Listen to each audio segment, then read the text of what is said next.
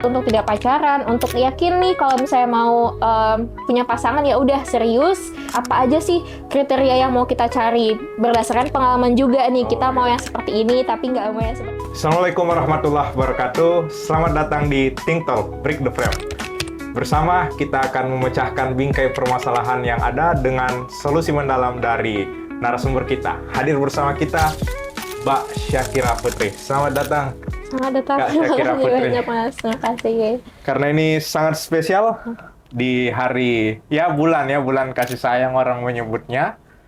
Nah, namun ada problem yang sangat mengerikan sebenarnya nih Mbak Syakira.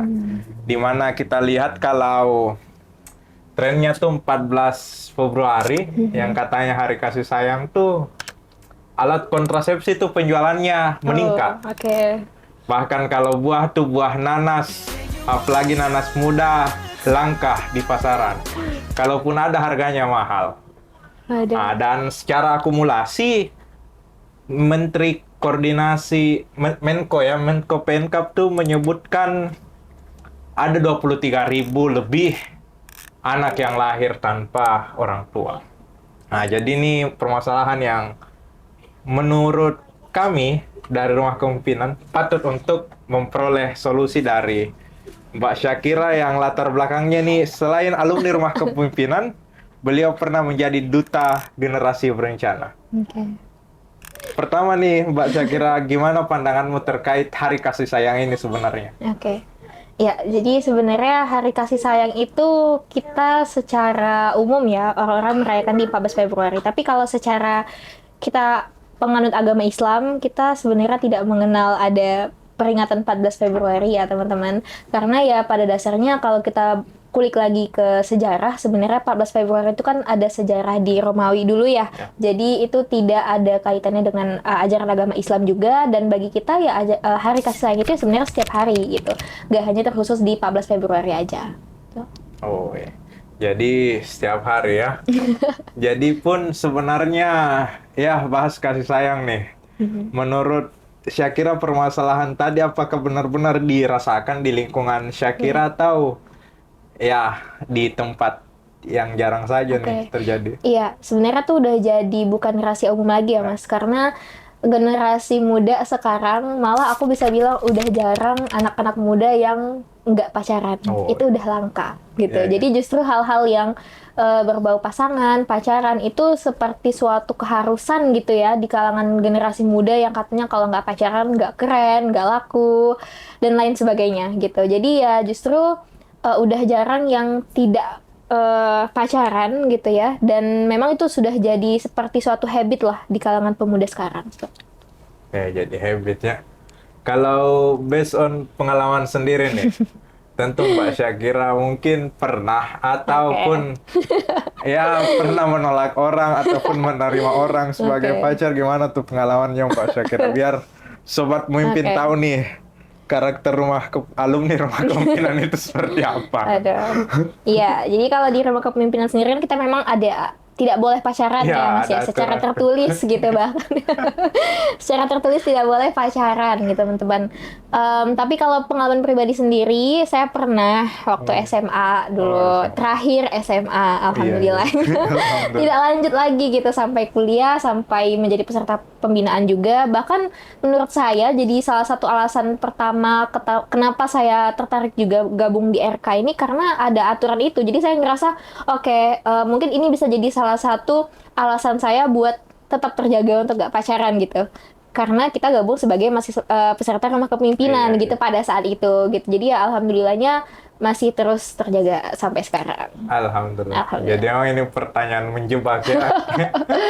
Saya ingat sebenarnya pernah dan sering ya ditekankan nasihat itu kepada peserta Rumah Kepemimpinan, dan saya dulu juga peserta Rumah Kepemimpinan yang dipesan oleh pembina kita Bang Dr. Almarhum ya Arif Munandar, bahwa kalau kita tidak mampu mengendalikan emosional, bagaimana mungkin kita bisa mengelola orang banyak ya. Kalau persoalan personal saja pun dalam hal ini, persoalan hawa nafsu seperti itu tidak bisa kita kelola.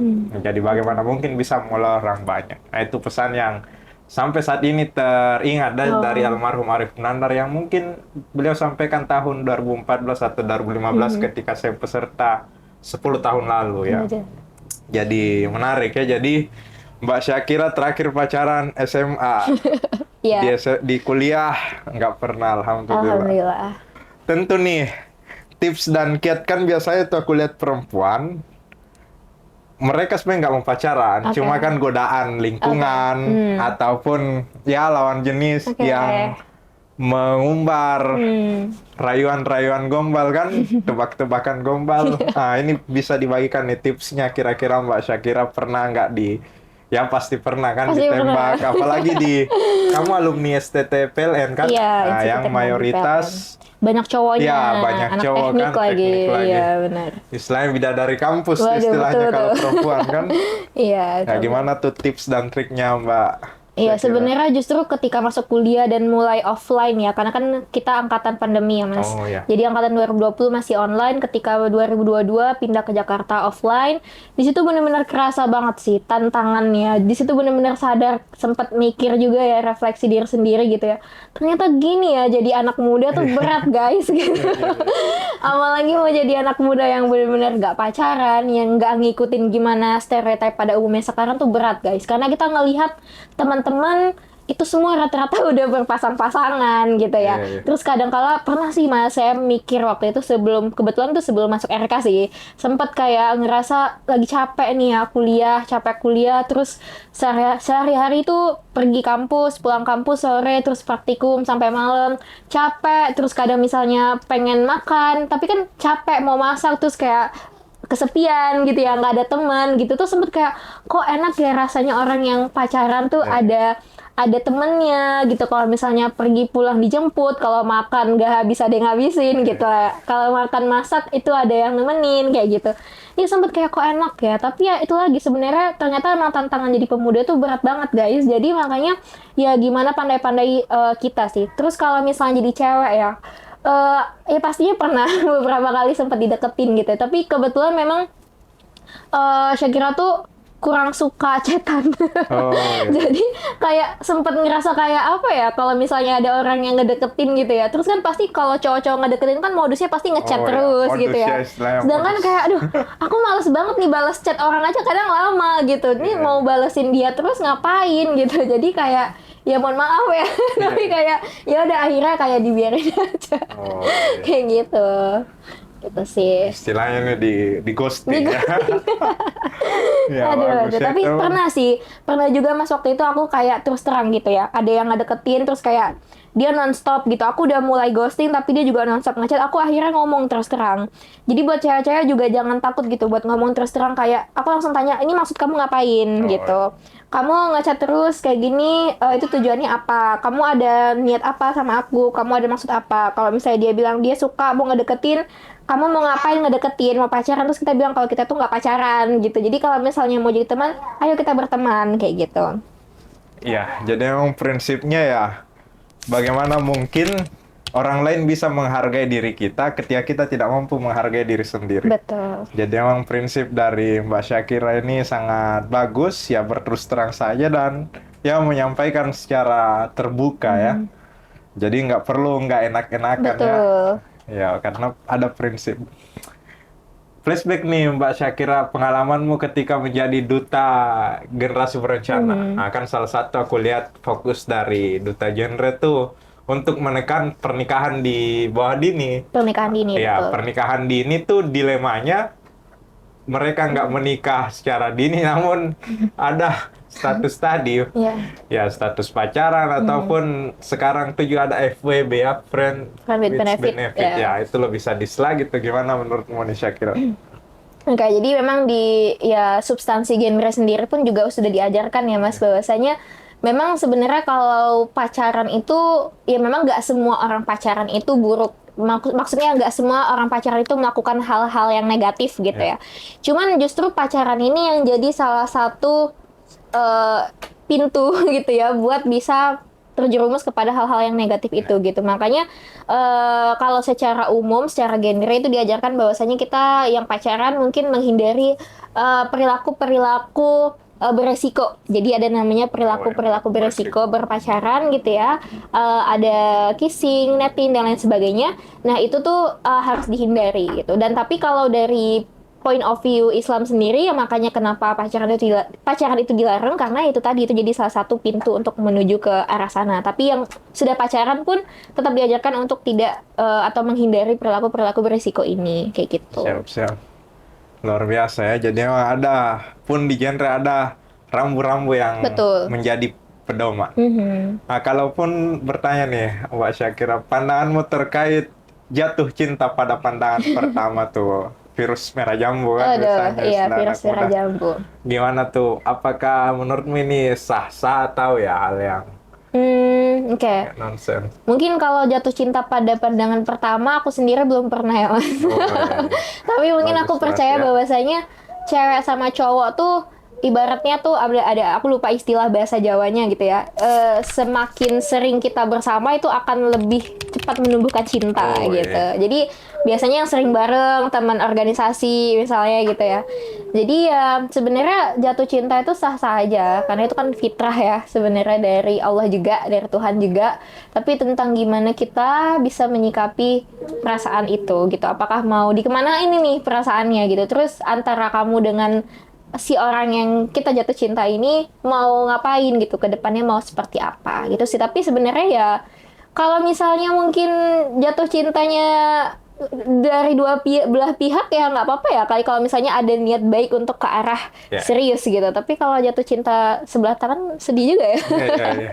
Jadi memang harus ada komitmen ya. Betul. Nah, dan itulah pentingnya ya ijab sah ya Ada, dalam betul. pernikahan yang kita sebutnya. Dan tadi pun bagus sekali yang disampaikan Syakira terkait ya cinta itu tumbuh dari bisa ditumbuhkan ya. Betul. Bahkan ada penelitiannya tuh bahwa senasib sepenanggungan memang bisa membuat seorang jatuh cinta. Cinta. Bukan dengan jatuh cinta pada pandangan pertama yang kebanyakan hanya tipu muslihat saja kan. Betul. Apalagi modus-modus tadi tuh. Modus-modus. Awalnya baik, akhirnya aduh ternyata bertolak belakang. Nah, namun menarik nih terkait komitmenmu untuk tidak pacaran sampai sekarang kan. Oke. Nah, berarti nih istilahnya jomblo ya. Nah, tapi bagaimana kamu melihat konsep ke depan hubunganmu Oke. seperti apa? Kamu ingin hubungan yang seperti apa sebenarnya? Dan ya ini spill promosi ataupun ada yang Waduh. mau mendaftar kan. Di RK kan ada programnya Waduh, tuh. ada programnya. Ya, Mentoring pernikahan. mentoring pernikahan. Iya. Kita siapkan untuk pernikahan strategis. Betul. Nah, gimana Jadi menurut- pastinya itu apa ya, Mas?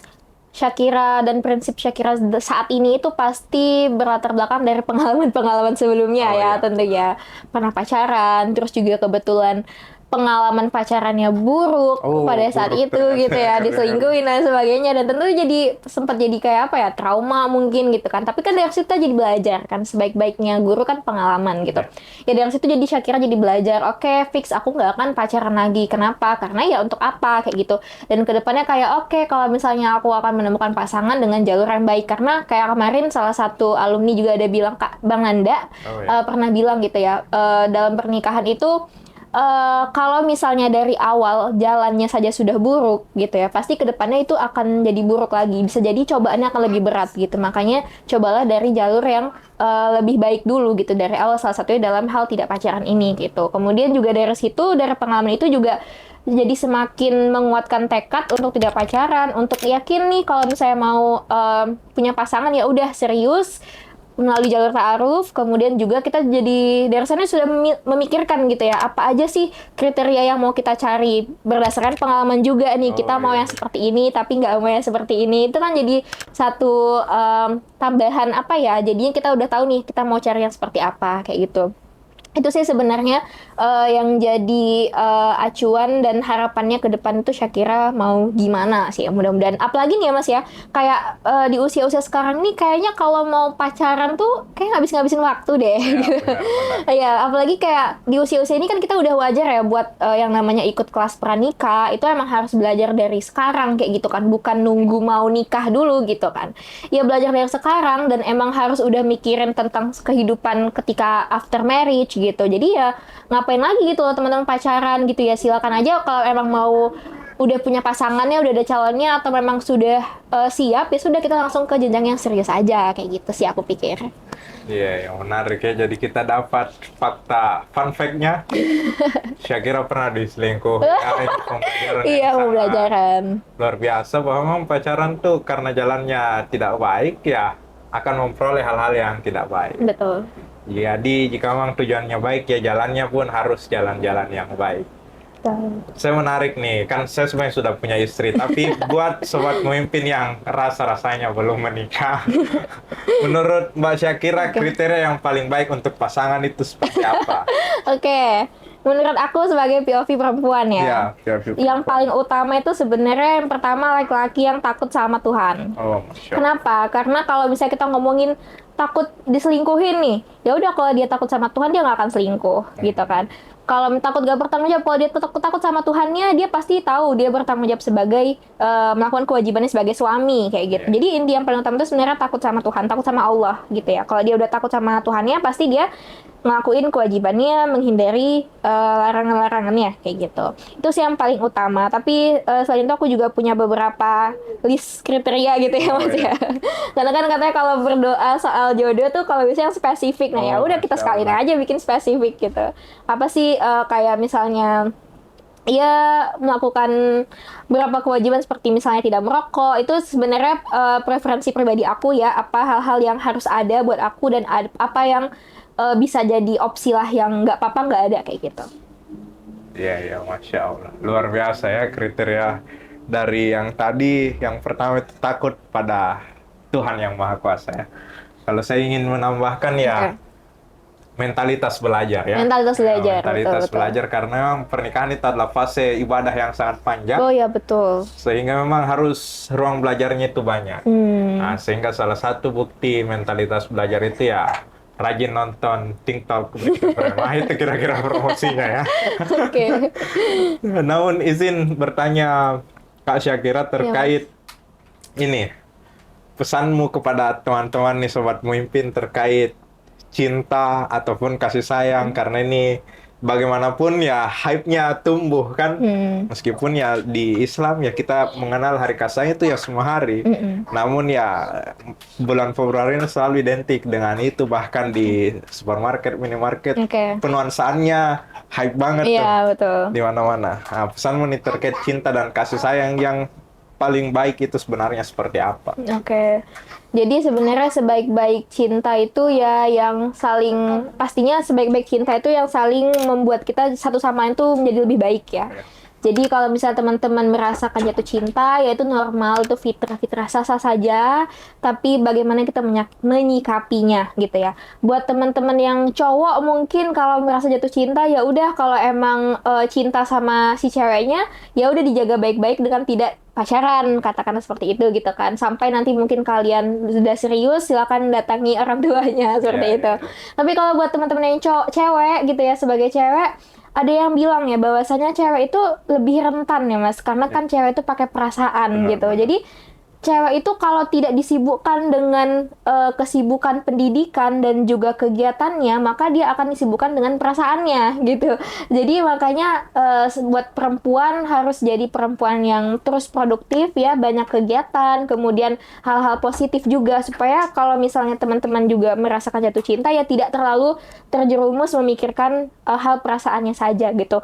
Dan ini relate banget juga ya, karena aku juga kadang-kadang ya aku juga sebagai perempuan ngerasa kadang perasaanku tuh lebih mendominasi ya daripada pemikiran. Jadi tetap sebisa mungkin seimbangkan antara logika dan juga perasaan teman-teman gitu. Jadi cewek jangan cepat baper kayak gitu ya. Jadi kita jadi cewek juga kita harus tidak boleh mengejar ya buat cewek-cewek. Jadi kita tuh fitrahnya sebagai orang yang menunggu ya. Jadi ya udah dijaga perasaannya. Kalau misalnya memang nanti jodoh ya nggak kemana gitu. Kalau misalnya nggak, pasti akan ada yang lebih baik gitu. Dan untuk generasi anak-anak muda gitu ya, apalagi di nuansa 14 Februari, jangan FOMO sih yang paling utama. Karena FOMO ini udah jadi penyakit banget sih Mas, kayak di kalangan-kalangan pemuda ya. Nggak cuma soal percintaan, karir, pekerjaan, apapun gitu. Jadi ya jangan sampai hal-hal yang negatif tadi yang dikhawatirkan tadi oleh negara, oleh agama gitu ya, itu jadi penyakit kita karena kita FOMO gitu. Buat teman-teman yang pacaran, ya kalau bisa ditinggalkan atau silakan diseriusin Ya, gitu ya. betul. Ya gitu. Jadi tapi jangan sampai merusak, apalagi di hari 14 Februari ini menjadi hari yang membawa malapetaka. Auzubillah, jangan sampai. Masya Allah, luar biasa ya. Jadi sangat seru pembahasan kita, dan tentunya selain membahas tadi terkait prinsip dan komitmen ya, kita belajar banyak dari kisah ataupun hal yang dijalani Syakira sebagai perempuan dan juga orang yang berhasil ya mempertahankan prinsipnya. Saya sangat mengapresiasi itu Kak Syakira, dan Terima kasih banyak. sangat jarang yang bisa melakukan hal tersebut. Nah, dan pun dengan portofolio ataupun profil sebagai pernah menjadi duta generasi berencana, rasanya itu sangat penting untuk dilanjutkan misi kebaikannya ke depan. Demikian dari kami untuk Think Talk Break the Frame hari ini.